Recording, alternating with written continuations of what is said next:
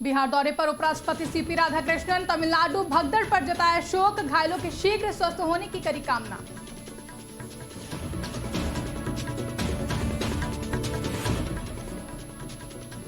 कटरा में सेवा पर्व का उद्घाटन, उपराज्यपाल मनोज सिन्हा ने किया शुभारंभ। 17 सितंबर से 2 अक्टूबर तक चलेगा अभियान।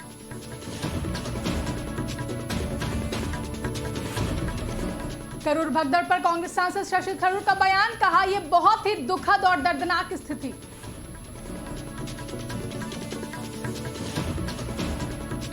पीएम के मन की बात कार्यक्रम में शामिल हुए भूपेंद्र चौधरी, विधानसभा बीकेटी के दुकानदारों से की खास बातचीत।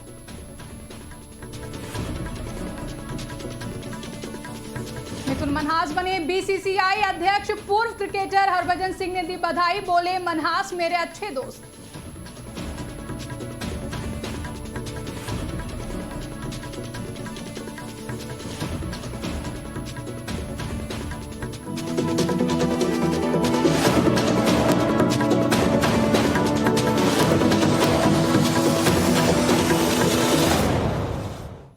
नमस्कार, आप देख रहे हैं आज की खबर और मैं हूं आपके साथ आकांक्षा यादव। रुक करेंगे इस वक्त की बड़ी खबरों की ओर, जहां भारत पाकिस्तान के बीच आज एशिया कप का फाइनल खेला जाना है, जिसको लेकर फैंस में काफी उत्साह है। भारतीय फैंस को पूरा भरोसा है कि भारत एशिया कप जीतकर ही घर आएगा। वहीं कुछ फैंस भारत की जीत के लिए हवन और दुआएं भी कर रहे हैं। बता दें कि भारत और पाकिस्तान के बीच ये पहला एशिया कप का फाइनल मैच खेला जाने वाला है, जहां 41 सालों के बाद ऐसा पहली बार है कि भारत और पाकिस्तान के बीच किसी एशियन टूर्नामेंट का फाइनल खेला जाने वाला है। फिलहाल फैंस का जोश हाई है और देखने वाली बात होगी कि कौन फाइनल के इस मुकाबले में बाजी मारता है। अच्छा सर, आज जिस तरीके से इंडिया और पाकिस्तान का जो मैच है, सर थोड़े से डिटेल में आप नहीं, मेरा डिटेल्स में सर मैं डिटेल्स में यही है कि हम जीतेंगे। इंडिया पाकिस्तान को लेकर कितना एक्साइटेड हो? फुल ज्यादा। और क्या लग रहा है कि इंडिया जो है आज आम को हरा लेगी पाकिस्तान को? हाँ। इंडिया में कौन सबसे ज्यादा रन बनाता दिख रहा है? अभिषेक। और ये लग रहा है कि ये लोग कह रहे हैं कि पाकिस्तान वाले अब हराएंगे हमको तीसरी बार, लग रहा है कि हरा पाएंगे हम पाकिस्तान वाले? नहीं हरा पाएंगे हमें। तो कितने एक्साइटेड हो ये बताओ, कितना चिल्लाओगे जब इंडिया पाकिस्तान के बहुत बहुत ज्यादा। तो ले जा रहे हैं विश्व कप? हाँ, लेके आएंगे।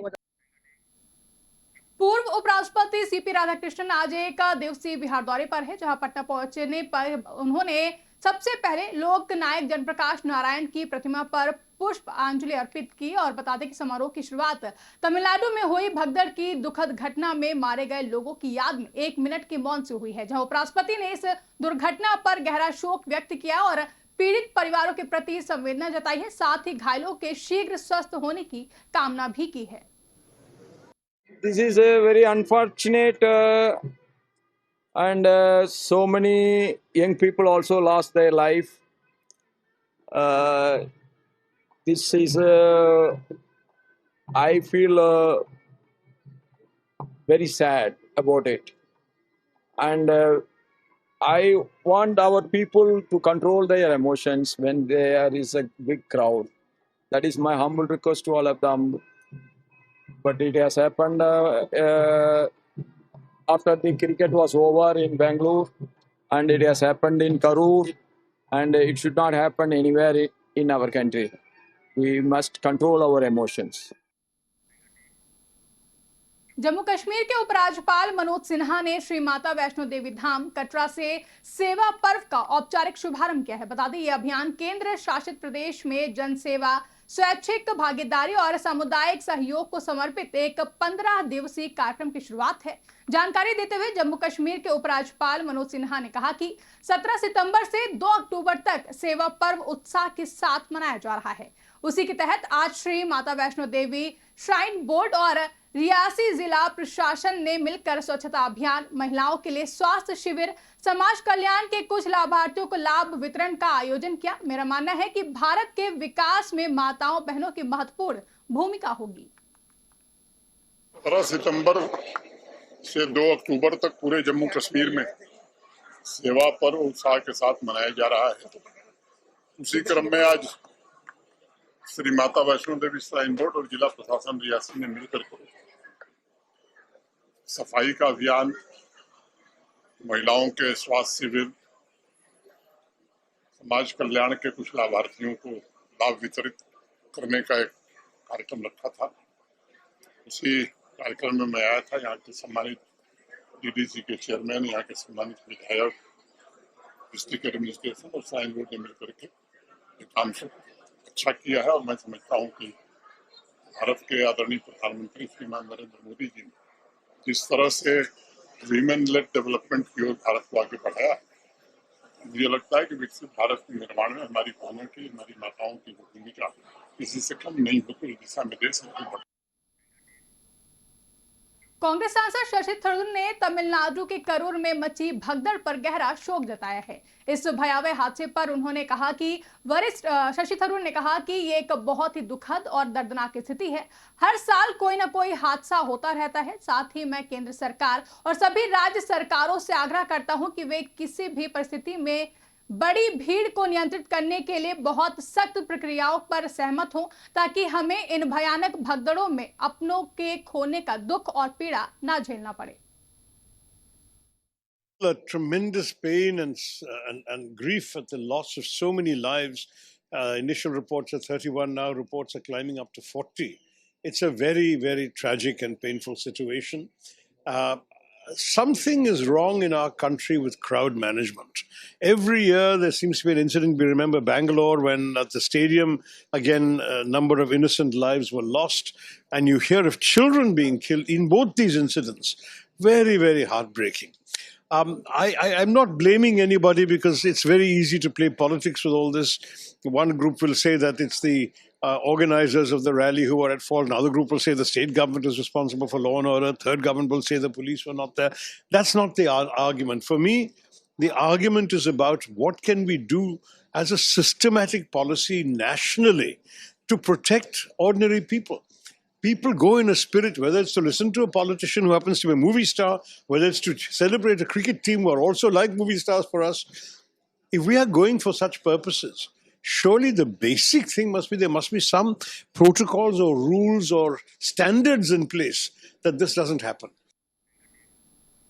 अगली खबर लखनऊ से है, जहां उत्तर प्रदेश बीजेपी प्रदेश अध्यक्ष भूपेंद्र सिंह चौधरी ने विधानसभा बीकेटी के रामपुर देवरिया में पार्टी के तमाम नेता और मंत्रियों के साथ प्रधानमंत्री के मन की बात कार्यक्रम का 126वां एपिसोड सुना और एक पेड़ मां के नाम अभियान के तहत वृक्षारोपण भी किया। साथ ही आपको बता दें कि प्रदेश अध्यक्ष ने चंद्रिका देवी मंदिर में दर्शन पूजन किया और बीकेटी विधायक के साथ बीकेटी में व्यापारियों, दुकानदारों और ग्राहकों से मुलाकात कर जीएसटी की नई दरों से मिलने वाले लाभ पर भी चर्चा की है। बता दें, इस दौरान भूपेंद्र सिंह चौधरी ने कहा कि 2047 तक देश को विकसित राष्ट्र बनाने का प्रधानमंत्री नरेंद्र मोदी का जो संकल्प है, पार्टी का एक एक कार्यकर्ता सभी के साथ मिलकर उसी आधार में कार्य कर रहा है।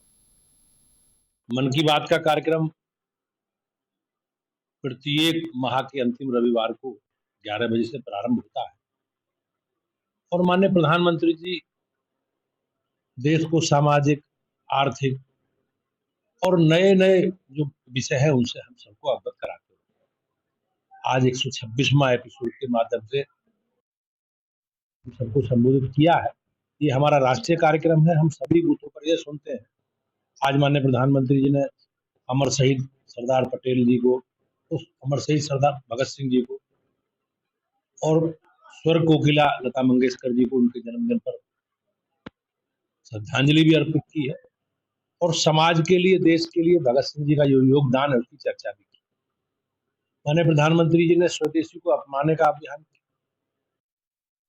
किया है और जिस प्रकार से तीज त्योहार पर्व हम मनाते हैं, उन परिवारों के तीज त्योहारों के महत्व की भी चर्चा माननीय प्रधानमंत्री जी ने हमारे देश के लिए की है।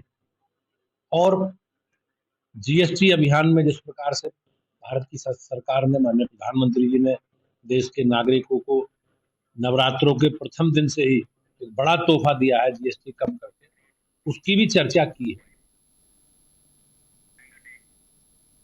जम्मू कश्मीर और आईपीएल में चेन्नई सुपर किंग्स के लिए खेल चुके पूर्व क्रिकेटर और अनुभवी बल्लेबाज मिथुन मनहास बीसीसीआई के नए अध्यक्ष चुने गए हैं। बता दें, बीसीसीआई की वार्षिक आम बैठक में इसका ऐलान हुआ है, जहां मिथुन मनहास के बीसीसीआई अध्यक्ष बनने का स्वागत करते हुए पूर्व भारतीय स्पिनर हरभजन सिंह ने कहा कि मैं मिथुन और सभी सदस्यों सहित नई बीसीसीआई टीम को बधाई देता हूं। जय शाह अपने पीछे एक बड़ी विरासत छोड़ गए हैं और अब वो आईसीसी के अध्यक्ष हैं। मैंने मिथुन के साथ बहुत खेला है, खासकर हमारे अंडर 19 दिनों में।